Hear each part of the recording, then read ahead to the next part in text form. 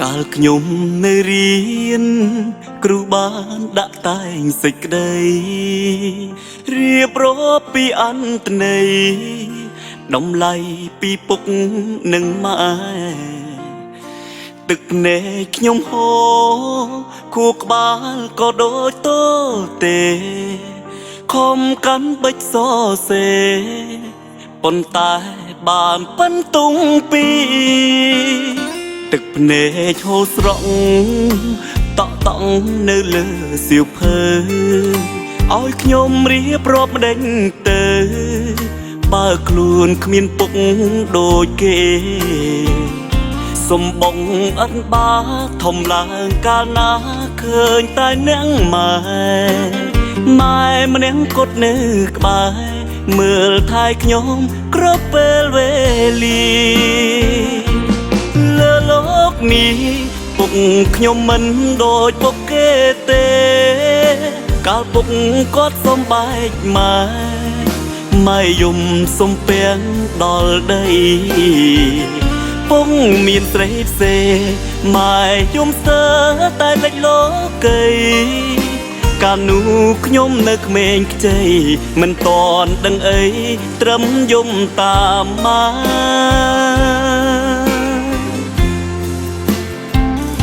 នេះជារឿងពិត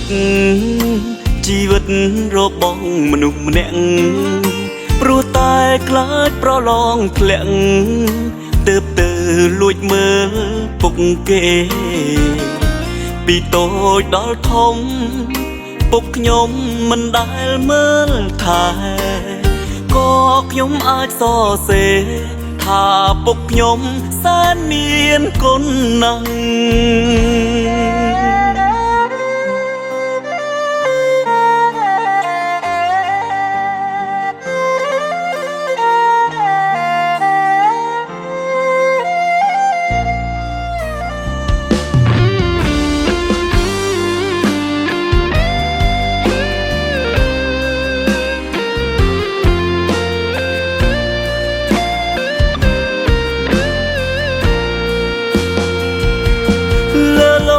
នេះ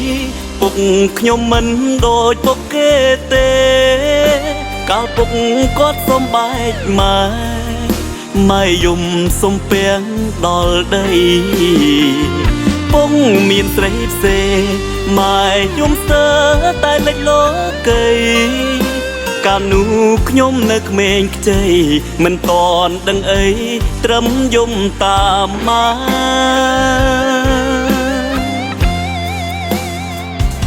នេះជារឿងពិតជីវិតរបស់មនុស្សម្នាក់ព្រោះតែខ្លាចប្រឡងធ្លាក់ទើបទៅលួចមើលពុកគេពីតូចដល់ធំ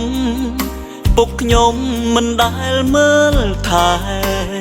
ក៏ខ្ញុំអាចសរសេរថាពុកខ្ញុំសែនមានគុណណាស់